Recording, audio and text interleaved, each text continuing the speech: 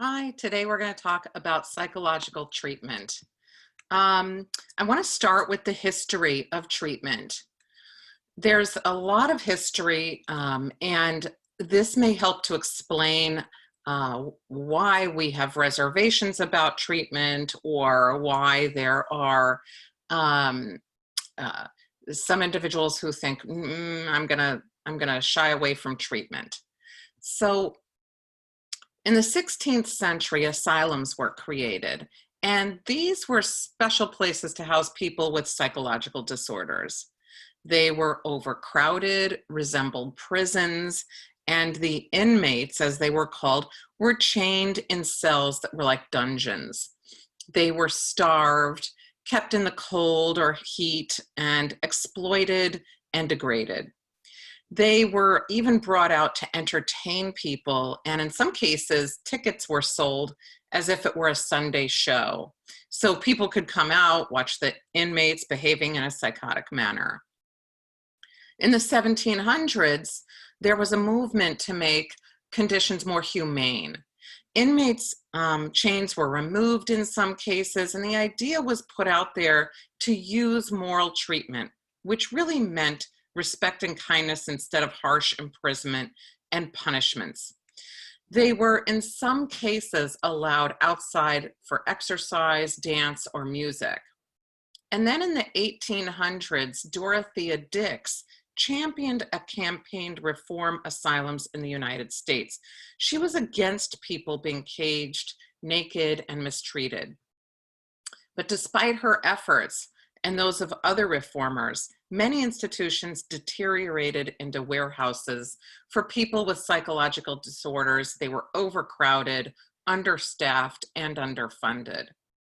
In the early 1900s, psychiatrists realized that people who suffered from mental health problems can function outside asylums in society. They began to look at mental health as a continuum. A classification system was put in place for psychological disorders based on symptoms and progression. The first DSM was created in 1952. So we just learned about the DSM-5 in the previous lecture. The very first DSM was created in 1952. And this first manual was not for treatment, but simply to classify so clinicians could make accurate diagnoses based on observed symptoms. So whether you were in Cleveland, Ohio, or someplace in Oregon, this manual was there to help make accurate diagnoses based on observable symptoms. So in the 1950s and 1960s, deinstitutionalization came about, and this was a mass movement of patients with psychological disorders out of the institutions, and the attempt was to reintegrate them into the community. So today, around 10 million people suffer from serious treatment-resistant psychotic disorders, usually schizophrenia or bipolar disorder. And approximately 2.2 million are in jails. 250,000 live on the streets. I am going to share with you a video from Salem, Oregon, and this is the history of a psychiatric facility that came about in 1936. I don't know if it's in use now, but it gives the history of this institution, and really is a great video depicting that. And the interesting thing is it also is where One Flew Over a Cuckoo's Nest was filmed. So if you haven't seen that movie, I suggest that you check that out also. But in course units, you will find a link for a video from Salem, Oregon that gives the history of mental health care treatment. In addition, you'll see a picture of a lobotomy. So they talk about that in the video, and I've provided a link that will be in course units that will show you a picture of lobotomy. So let's skip forward to treatment today. Today, there is still room for improvement, but there is one main distinction, And one of the most important features of treatment is a sense of hope that things will get better and that the client and the treatment provider have a relationship.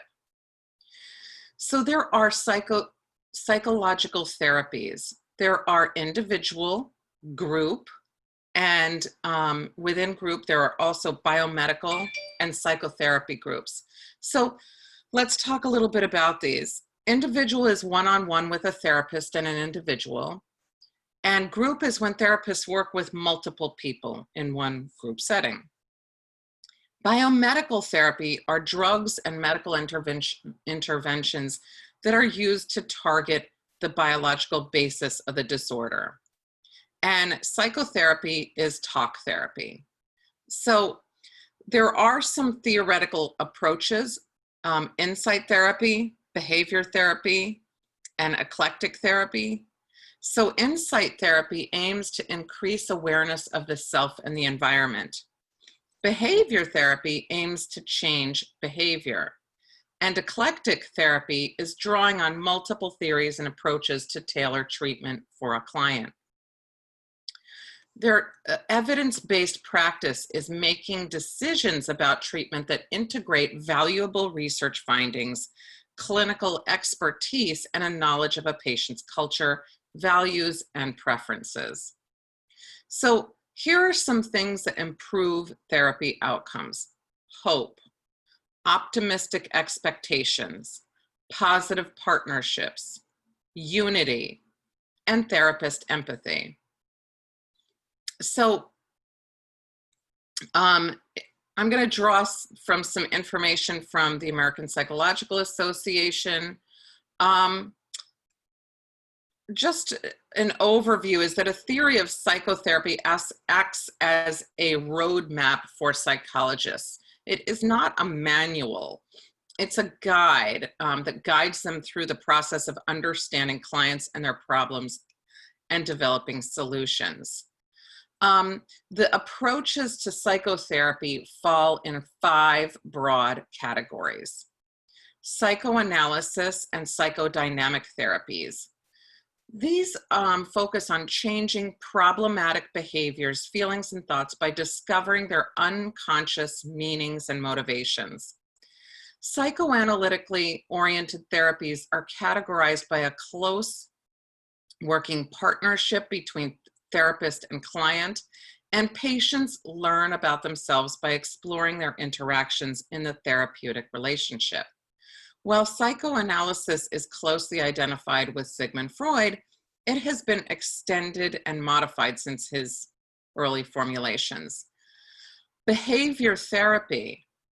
This approach focuses on learning's role in developing both normal and abnormal behaviors.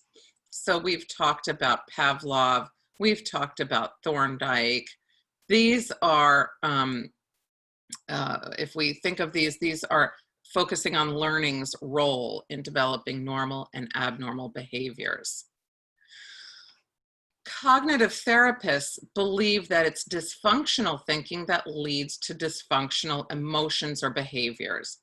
By changing their thoughts, people can change how they feel and what they do. Most figures in cognitive therapy include Albert Ellis and Aaron Beck. Humanistic therapy. This approach emphasizes people's capacity to make rational choices and to develop to their maximum potential. Concern and respect for others are also important themes. Humanistic philosophers like Sartre, Buber, Kierkegaard influence this type of therapy. 3 types of humanistic therapy are especially influential.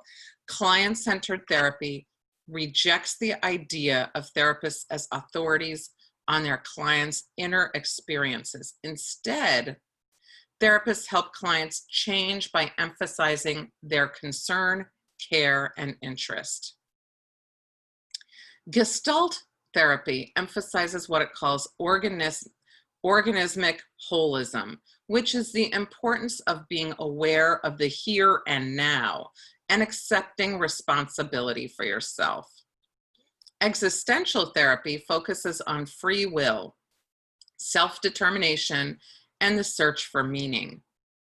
Integrative or holistic therapy is when many therapists don't tie themselves to any one approach. Instead, they blend elements from different approaches and tailor their treatment according to each client's needs. Insight therapies. These are psychoanalysis and psychodynamic. Psychoanalysis is the oldest form of talk therapy. Psychoanalysis was founded by Sigmund Freud, and Freud believed that people could be cured by making conscious their unconscious thoughts and motivations, thus gaining insight. So they were able to take their unconscious and make them conscious. The aim of psychoanalysis therapy is to release repressed emotions and experiences. So again, making the unconscious conscious. It's only having a cathartic or healing experience that the person can be helped or cured. There are some criticisms, and it is that they are basically that this theory is not based on empirical data or research. There are some assumptions with psychoanalysis. Psychoanalytic psychologists see psychological problems as rooted in the unconscious mind. Manifest symptoms are caused by latent or hidden disturbances. Typical causes include unresolved issues during development or repressed trauma. Treatment focuses on bringing the repressed conflict to consciousness where the client can deal with it. Remember, psychoanalysis is a therapy as well as a theory. Psychoanalysis is commonly used to treat depression and anxiety disorders. Due to the nature of defense mechanisms and the inaccessibility of the deterministic forces operating in the unconscious, psychoanalysis in its classic form is a lengthy process, often involving 2 to 5 sessions per week for several years. This approach assumes that the reduction of symptoms alone is relatively inconsequential, as if the underlying conflict is not resolved, more neurotic symptoms will simply be substituted. The analyst typically is a blank screen, disclosing very little about themselves in order that the client can use the space in the relationship to work on their unconscious without interference from the outside. The psychoanalyst uses various techniques as encouragement for the client to develop insights into their behavior and the meanings of symptoms, including ink blots, that was the Rorschach, parapraxis, these are slips of the tongue or Freudian slips, free association. This is a practice in psychoanalytic therapy in which a client is asked to just freely share thoughts, random words, and anything else that comes to mind, regardless of how coherent or appropriate the thoughts are. Interpretation, including dream analysis. This was used to explore unconscious conflicts driving behavior. Resistance analysis, a patient's unwillingness to cooperate in therapy, which is a sign of unconscious conflict. Transference analysis, a type of resistance that occurs when a patient reacts to a therapist as if dealing with parents or other caregivers. I'm going to share with you on course units a really great video clip about psychoanalysis. It's an introduction video and it's really good. So check it out and it'll give you a nice overview of psychoanalysis.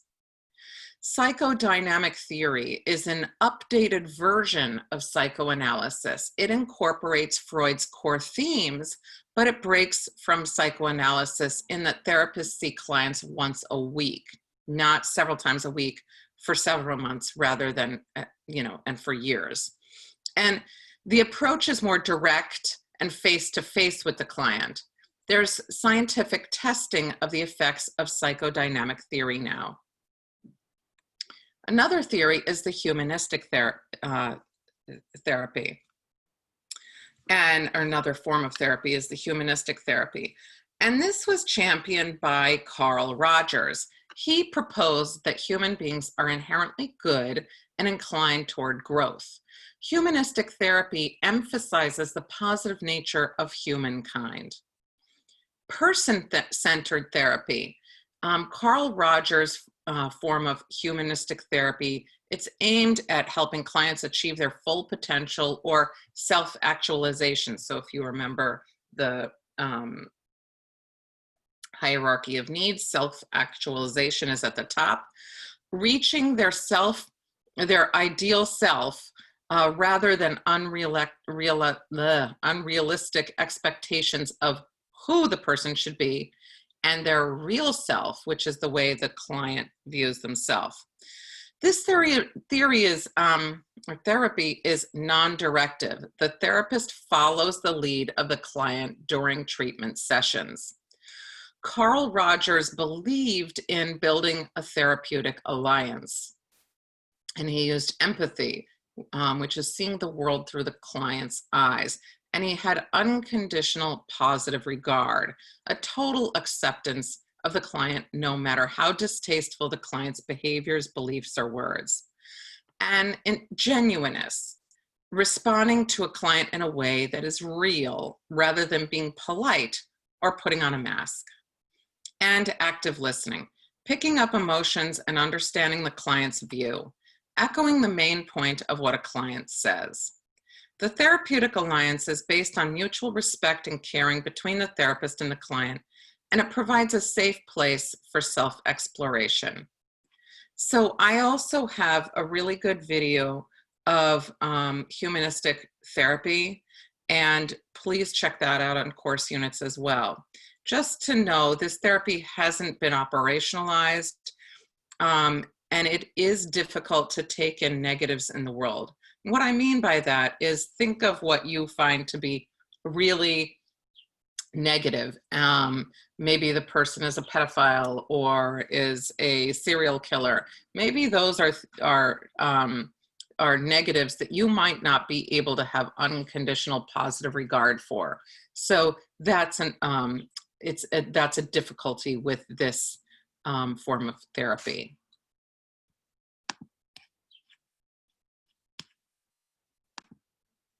Okay, so I'm going to talk a little bit about behavior therapies. And again, behavior therapy is an approach that focuses on learning's role in developing both normal and abnormal behaviors. So again, remember back to Ivan Pavlov, E.L. Thorndike, and cognitive therapy emphasizes what people think rather than what they do. So there are several variations that have developed since behavior therapy's emergence in the 1950s, and cognitive behavioral therapy is one of those. It focuses on both thoughts and behavior. So out of that came cognitive therapy. So let's talk a little bit about that. There's exposure and response prevention. Exposure is a therapeutic technique that brings a person into contact with a feared object or situation while in a safe environment, with the goal of extinguishing or eliminating the fear response. I'm going to give you a really great link to exposure therapy, and this is going to be in your course units, so please check it out. I'm going to have a lot of videos that have to do with psychological treatment, and so please check out all the videos. They're all really good, and they give a really good description of what I'm talking about, but with great visuals. Systematic desensitization. This is a treatment that combines anxiety hierarchies with relaxation techniques. So we know we cannot be anxious and relaxed at the same time. So the therapist teaches clients how to relax their muscles. A client can learn to release tension in his or her body. And again, I have a really great video for you to watch so that you can learn how to do this for yourselves.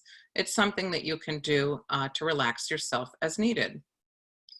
Aversion therapy is a therapeutic approach that uses the principles of classical conditioning to link problematic behaviors to unpleasant physical reactions. So this is used for fetishes, drug use, any problematic behaviors, and the goal is to prompt a person to experience an involuntary and unpleasant physical reaction to the undesirable behavior, so that the behavior eventually becomes associated with a bad feeling. So the drug abuse is helped with alcoholics to stop drinking, at least temporarily. It causes vomiting, a throbbing headache, and other unpleasant reactions. So imagine it acting like food poisoning. You probably don't want to eat fish if you had food poisoning from eating fish. This doesn't last forever, but it does last for a while. Learning, reinforcement, and therapy. Behavior modification. This draws on the principles of operant conditioning. It's shaping behaviors through reinforcement. Therapists use positive and negative reinforcement as well as punishment to help clients increase adaptive behaviors and reduce those that are maladaptive. Token economy is something that you may have heard of. This is a treatment approach that uses behavior modification, harnessing the power of positive reinforcement to encourage good behavior. So we see this in classrooms. They'll have this in a treatment facility. Tokens can be exchanged for outings or privileges, and they can be taken away as a punishment to reduce undesirable behaviors. The downside of behavioral treatments is that not everything is learned. So you don't learn to hallucinate. But behavioral therapy is good for working on a lot of things. Cognitive therapists believe that it's dysfunctional thinking that leads to dysfunctional emotions or behaviors. By changing thoughts, people can change how they feel and what they do. Major figures in cognitive therapy include Albert Ellis and Aaron Beck. Cognitive therapy is a type of therapy aimed at addressing the maladaptive thinking that leads to maladaptive behaviors and feelings. And Aaron Beck proposed this. He believed that patterns of automatic thoughts lie at the root of psychological disturbances, and these can cause individuals to misinterpret events in their lives. Overgeneralization is a cognitive distortion that assumes self-contained events will have major repercussions. And the goal of cognitive therapy is to help clients recognize and challenge these cognitive efforts, or these cognitive errors, I'm sorry. So there are things like arbitrary inference, and this is coming to a conclusion even when there is no evidence to support it. So saying, I'm a horrible student. Selective abstraction. This is ignoring information and assuming something has happened based on details taken out of context. So getting and saying, my boyfriend is cheating on me because he is emailing a woman at work. Overgeneralizing. This is a belief that something may always occur because it has occurred before. So somebody doesn't like me, therefore I'll never be liked. Magnification and minimization. This is a belief that something is more or less critical than it really is. If I don't pass this first quiz, I'll fail the course. Dichotomous thinking. Viewing experiences in extremes. I can either be at the top of my class or I'm going to be at the bottom of my class. Personalizing, taking other people's behaviors too personally. So I waved at somebody from across a parking lot. They didn't wave back. They didn't even acknowledge me. They must have been upset with me rather than thinking that they didn't see you. So cognitive schemas are underlying patterns of automatic thought, And Beck's cognitive therapy aims to dismantle or take apart the schemas that are harboring these errors and replacing them with beliefs that nurture a more positive, realistic thought. So these are called mental frameworks. And Ellis's rational emotive behavior therapy is a type of cognitive therapy developed by Ellis that identifies illogical thoughts and attempts to convert them into rational thoughts. And the goal is to help people identify their irrational or illogical thoughts and convert them into realistic or rational ones. So both Ellis and Beck's therapies are incorporating cognitive and behavioral therapy methods, and their approaches are referred to as cognitive behavioral therapy, or CBT. Cognitive behavioral therapy is an action-oriented type of therapy that requires that clients confront and resist their illogical thinking. There are also biomedical therapies. Pharmacology, this is the scientific study of how medications alter perceptions, moods, behaviors, and other aspects of psychological functioning. And there are 4 categories: antidepressant, mood stabilizing, antipsychotic, and anti-anxiety. So antidepressant is for depression, mood stabilizing is for mania and depression, antipsychotic is for psychosis, and anti-anxiety is for anxiety. So I'm not going to go through the list of drugs for each category. But when drugs are not enough, there's ECT, and this was used to treat severely depressed people who have not responded to meds and therapy. And it was talked about in the video about the history of psychology treatment. And it was done in a way in the past that is not done now. The ECT induces a seizure in the brain through electrical currents. And it used to be brutal and overly used in the mid-20th century, but it isn't any longer. A downside is a tendency for confusion and memory loss. I have a really great video example of ECT. So please check it out in course units. It really is a great video. And so it'll walk you right through it with someone going through the process. It is reenacted, but it's very accurate. Neurosurgery is a biomedical therapy that involves the destruction of some portion of the brain or connections between different areas of the brain. And this also had an unethical past. So prefrontal lobotomies were often conducted, and you saw a picture of what that looked like in the course units. Today, there are split brain operations which separate the right and left hemisphere of the brain. This is done for people who have severe seizure disorders. This is not common. Prefrontal lobotomies are not done anymore. I also have a really great video example of a case study of a person with depression being treated with CBT. So please check that video out in the course units as well. There are a lot of videos that I have found that are really great for giving you a good description of the different therapy modalities that we've talked about and the different forms of treatment. So please check them out because they really do help you to understand the theories and the therapies and what has been discussed. So thank you very much.